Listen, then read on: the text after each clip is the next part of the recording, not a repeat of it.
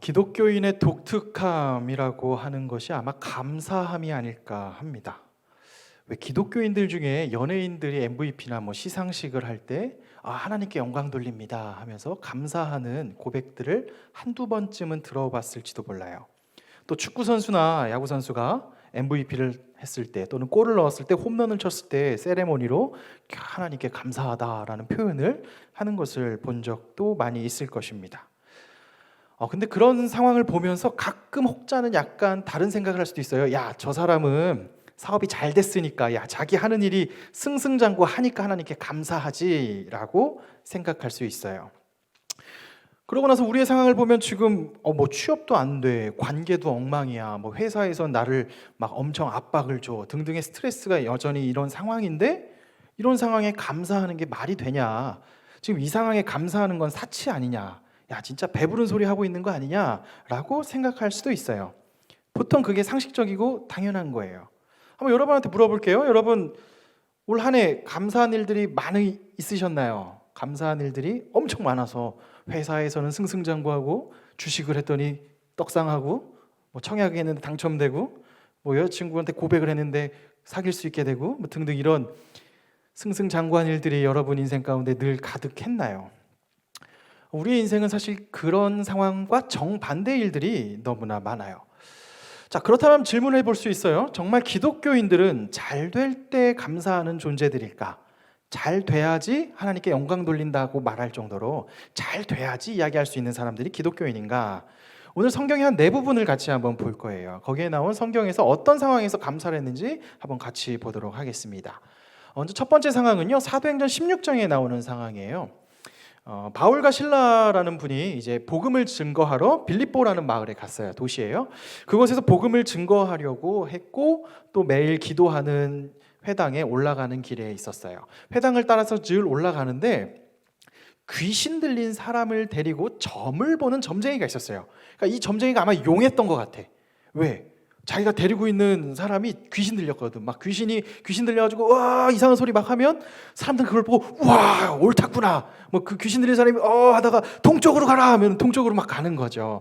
왜 우리 아침마다 사주팔자 보듯이 아마 거기가 핫플레이스였나 봐요. 그래서 아마 사람들이 바글바글 했던 것 같아요.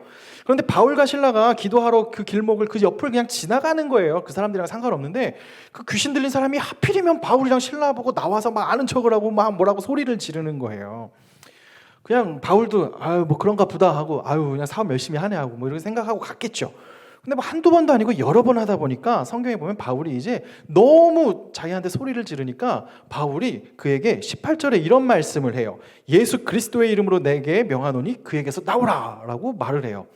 아마 바울이 막 선한 마음으로 한 것 같지는 않아요. 근데 귀신 들린 사람이 자기를 막 자꾸 뭐라고 하니까 예수님의 이름으로 귀신아 나가라 라고 했더니 귀신이 숑 하고 나가버려요.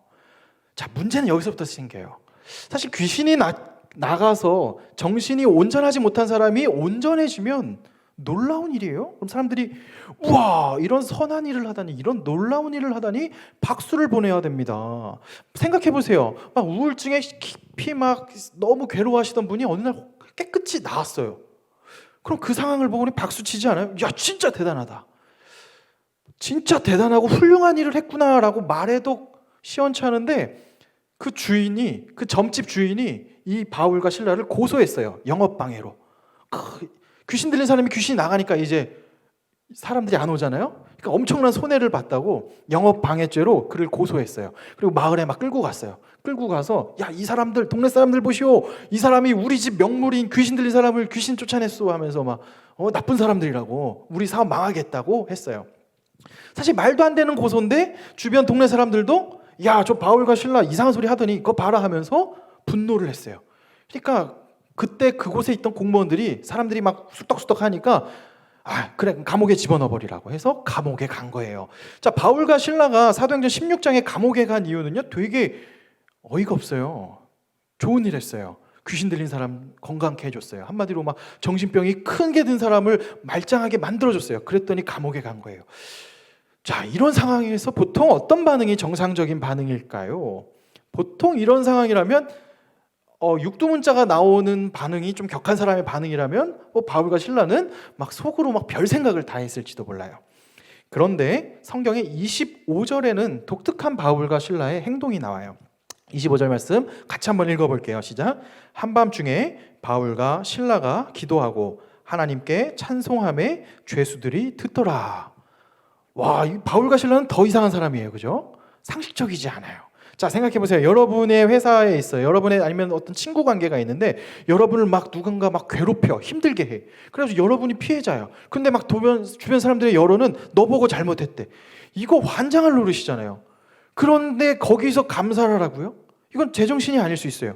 바울과 실라는 지금 선한 일을 했고 아주 납득할 만한, 모든 사람이 봐도 와, 너는 진짜 칭송받을 만해 하는 일을 했는데 감옥에 갔어요. 그 어찌 감사가 나올 수 있어요? 근데 성경은 놀랍게 그들은 감옥에서 감사와 찬양을 했다라는 이야기를 합니다. 자, 그럼 성경에 이렇게 바울과 실라의 얘기밖에 없는가? 구약 성경 이야기로 한번 돌아가 볼게요. 옛날에 요나라는 사람이 있었어요. 이 요나라는 사람이 하나님이 야, 너 니느웨로 가서 그 사람들에게 회개하라라고 말해라라고 했어요. 근데 요나는 그게 싫었어요. 왜? 꼴 보기 싫었거든요. 니느웨라는 나라가. 한마디로 우리 일제 강점기 때 우리나라 선지자한테 하나님이 이런 얘기를 한 거랑 똑같아요.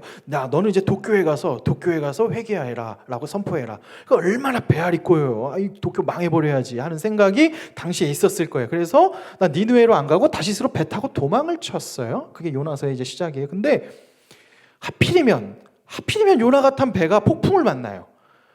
요나는 밑에서 뱃사람이 아니니까 아마 돈 내고 배를 탔겠죠. 승객으로 밑에서 배 타고 잠자고 있었는데 폭풍이 막 커지니까 뱃사람들이 전통이 있었어요. 뱃사람들의 전통 뭐냐? 제비를 뽑아가지고 분명히 우리 배에 나쁜 놈이 있다. 그 사람을 바다에 집어던지면 바다의 신이 노하지 않을 것이다. 마치 심청전과 같이, 심청이와 같이 인당수에 뭘 던지는 것처럼 사람들의 그 전통이 있었어요. 바다 사람들의.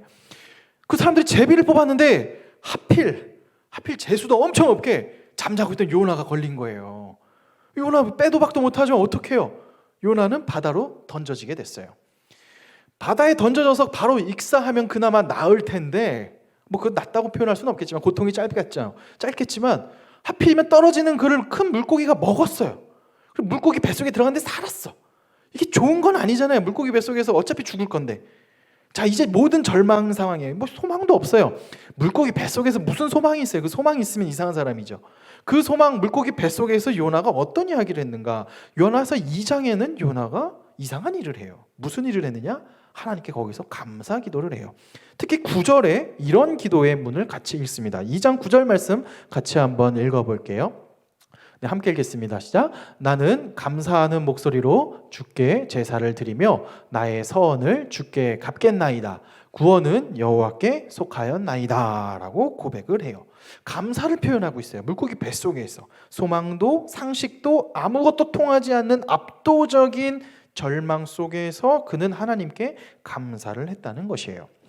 자, 근데 우리는 이런 상황을 많이 봤어요. 지난번에 요한복음서 6장을 계속 이야기하면서 오병이어 기적에 대한 이야기를 시작하면서 한 4주간 했잖아요.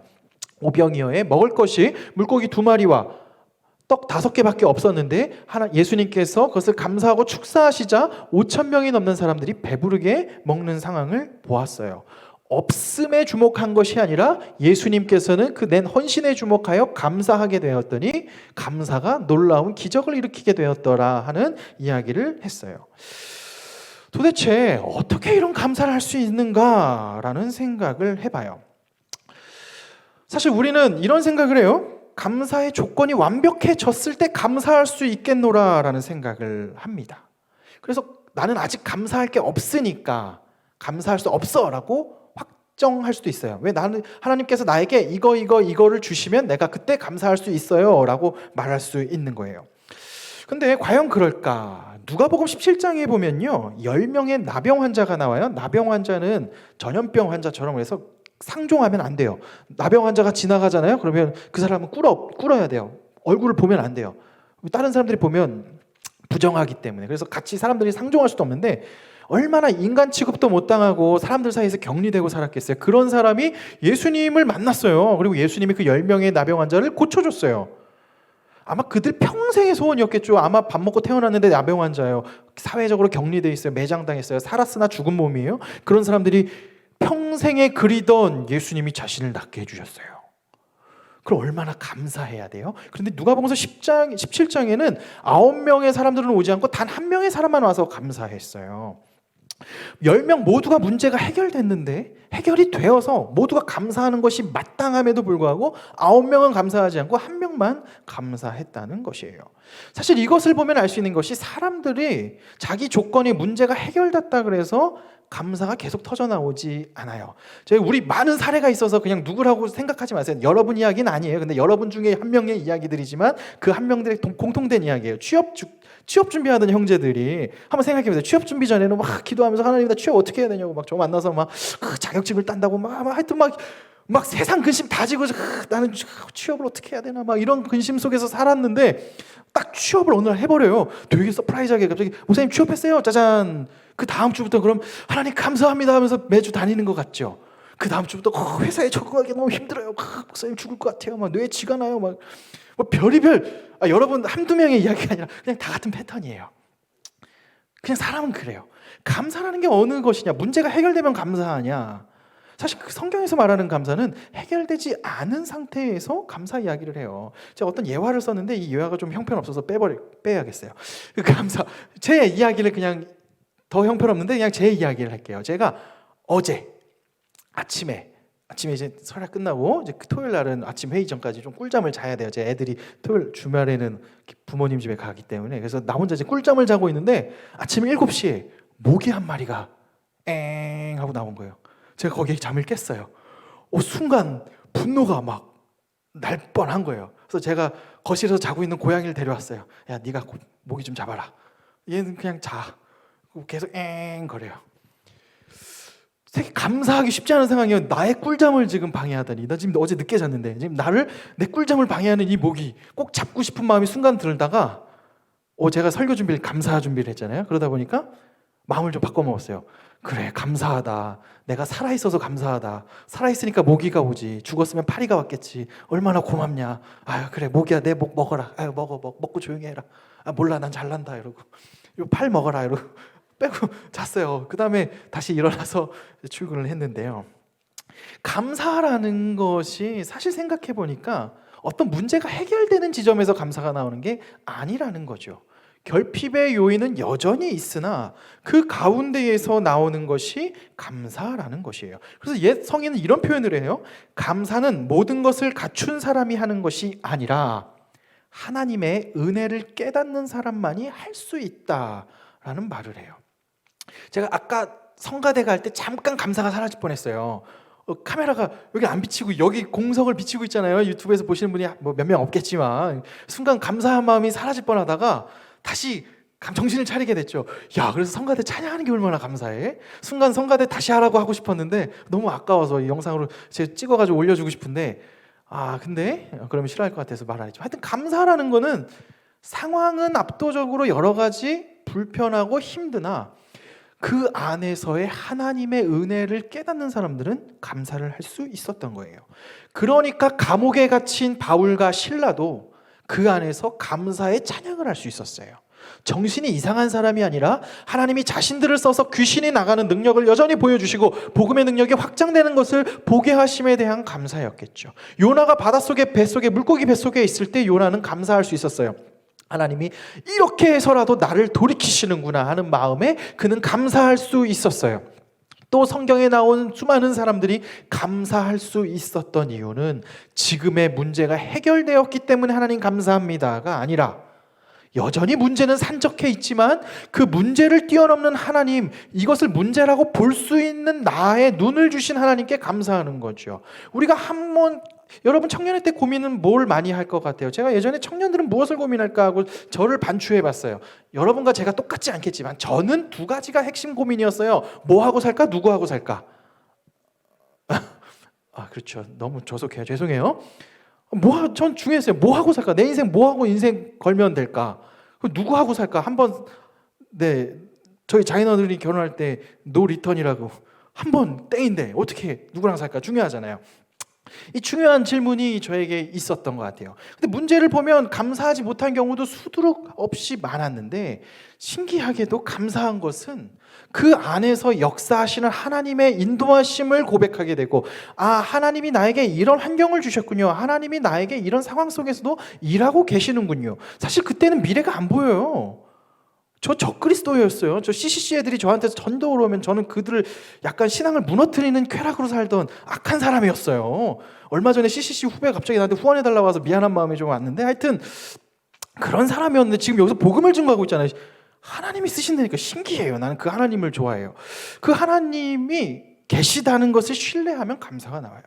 그런데 지금 내 상황에 하나님이 모른다, 하나님이 안 계신다라는 상황을 생각을 하면 감사가 절대 나오지 않는 거죠. 자, 그렇다면 우리는 어떻게 이제 실제로 감사를 할 수 있을까요? 제가 이 설교 준비를 하면서 사실 논문을 여러 개를 찾아봤어요. 그 얘기는 하지 않았지만 이 감사 이야기가 여러분의 정신 건강을 아주 훌륭하게 만들어준다라는 논문들이 되게 많아요. 그럼 기독교인들은 도대체 어떻게 감사를 할 수 있을까? 사실 감사해라 감사해라 한다고 감사가 나오진 않잖아요. 야, 너 나한테 감사해라 하면 네 감사합니다 하면 그게 감사는 아니잖아요. 어떻게 하면 우리는 감사를 할 수 있을까? 첫 번째는요, 환경을 받아들이는 훈련이 필요합니다. 지금 여러분들이 태어난 환경은 다 달라요. 누군가는 금수저를 물고 태어났을 수도 있어요. 누군가는 조금 다를 수도 있고요.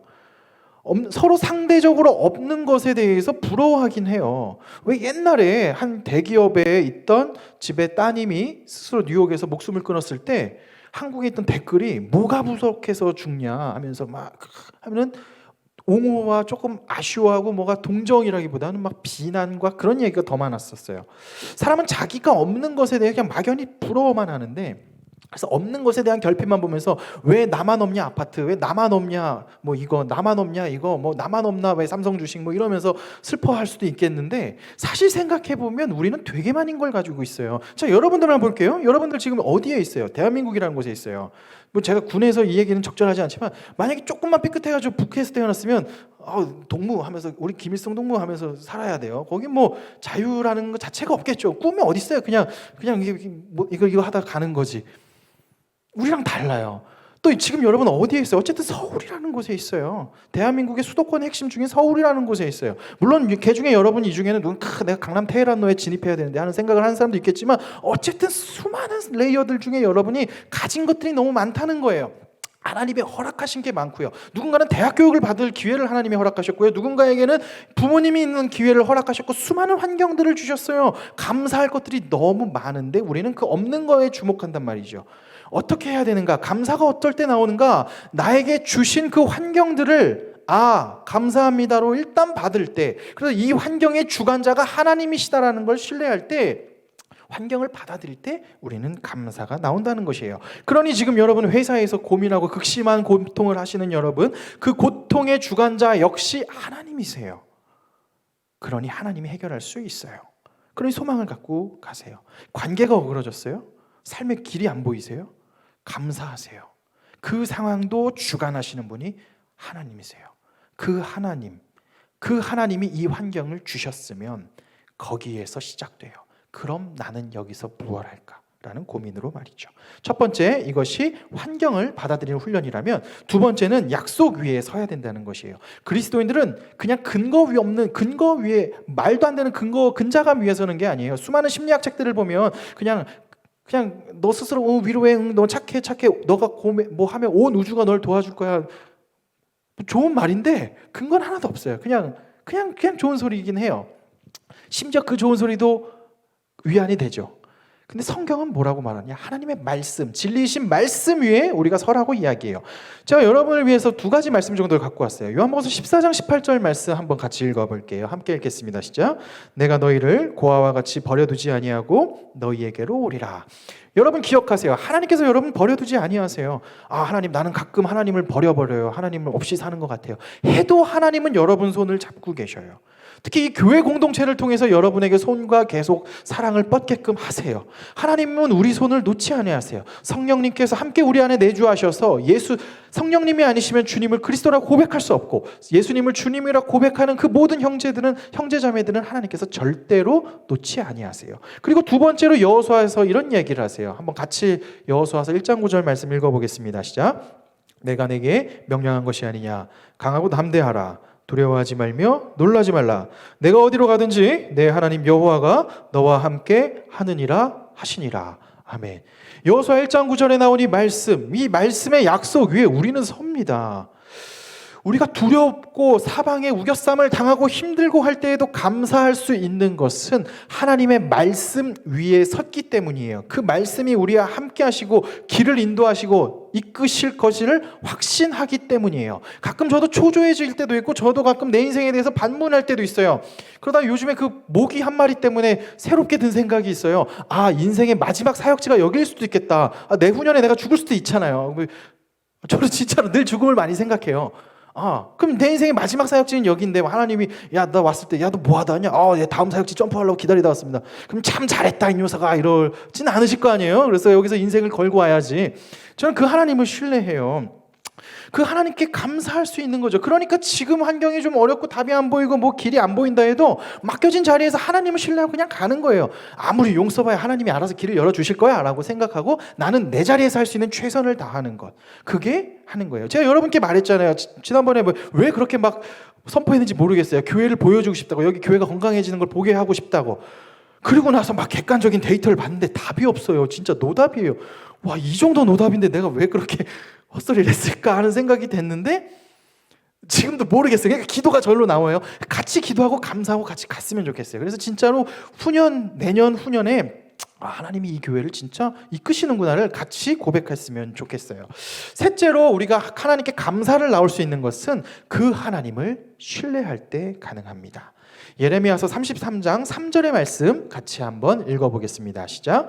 너는 내게 부르짖으라. 내가 내게 응답하겠고 내가 알지 못하는 크고 은밀한 일을 내게 보이리라. 아멘. 지금 우리는 사실 앞에 있는 모든 일들을 예측할 수가 없어요. 지금 내 생각에는 이 문제만 해결되면 감사가 나올 것 같잖아요. 아니에요. 사실 문제는 계속 생겨요. 아마 죽기 직전까지 생길 거예요. 여러분 마지막 임종하기 직전에 병원비 걱정하면서까지 생각하다가 갈지도 몰라요. 우리 인생은 다 그래요. 여러분이 특별해서 아니라 그냥 모든 사람이 다 고통과 연속과 문제투성이에요. 그런데 그 인생사를 이끄시는 하나님을 신뢰하세요. 아까 두 번째 말한 말씀 위에 서 있는 그 약속을 나에게 이끄시는 하나님, 오늘도 성취하시는 그 하나님을 신뢰할 때, 그 하나님을 신뢰할 때 저와 여러분 1년 가운데 감사가, 이 추수감사가 내 감사할 게 많아서 감사합니다. 하나님 나에게 5억이라는 돈이 생겨서 감사합니다가 아니라 주머니에 내 돈에 지금 500원밖에 잔고가 없지만 감사합니다 라고 말할 수 있는 용기와 감사가 생기게 되길 주님의 이름으로 축원합니다. 자, 그럼 이제 뭐 할 거냐? 이제 설교 끝났어요. 끝날 건데요. 이제 찬양 한 곡 부르고요. 우리 써볼 거예요. 말만 이렇게 들으면 뭐해요. 우리 음료수 하나씩 가져오셨을 거예요. 너무 저는 조그만 것 같아서 미안해요. 네, 음료수 하나씩 갖고 왔을 거고요. 들어올 때 없는 분들은 우리 다현자매가 돌아다니면서 나눠줄 거예요. 편지지 하나씩 받았을 거예요. 여러분 볼펜이 없으면 또 역시 우리 훌륭한 총무님인 다현자매랑 병주 형제가 나눠줄 거예요. 여기에 여러분이 감사한 걸 한 5개씩만 써봅시다. 억지로 짜내보세요. 숨 쉴 수 있음에 감사합니다. 뭐 여기서 예배 드릴 수 있음에 감사합니다. 뭐 다 좋아요. 감사해 봅시다. 찾아보세요. 써보세요. 진짜 감사할 게 찾아보면 엄청 많아요. 써보세요. 5개 정도 쓰시고 할 거예요. 우리 바로 노래하고 하려고 했는데 그냥 하세요. 그러면 우리 BGM이 좀 필요한데요. 우리 다현자매 미안해요. 다현자매님 반주 좀 해주세요. 네, 자막은 꺼주고요. 네, 자막 좀 꺼주세요. 네.